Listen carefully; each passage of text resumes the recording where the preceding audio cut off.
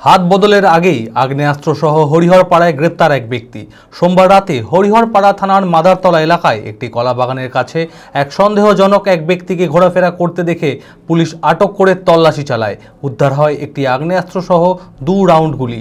এরপরেই ওই ব্যক্তিকে গ্রেপ্তার করে পুলিশ। মঙ্গলবার ধৃতকে বহরমপুর জেলা জজ আদালতে তোলা হয়। মানসিক স্বাস্থ্যের জন্য সবার আগে যে নামটি মনে ভেসে ওঠে, সুস্থ মনের ঠিকানা মনোবীক্ষণ। যোগাযোগ নাম্বার 7477799513।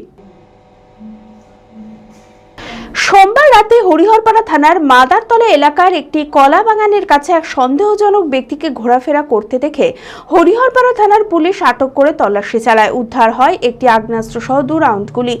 এরপরেই ওই ব্যক্তিকে গ্রেপ্তার করে পুলিশ। ধৃতের নাম শিবপ্রসাদ ঘোষ, বাড়ি হরিহরপাড়া থানার পাড়া গ্রামে।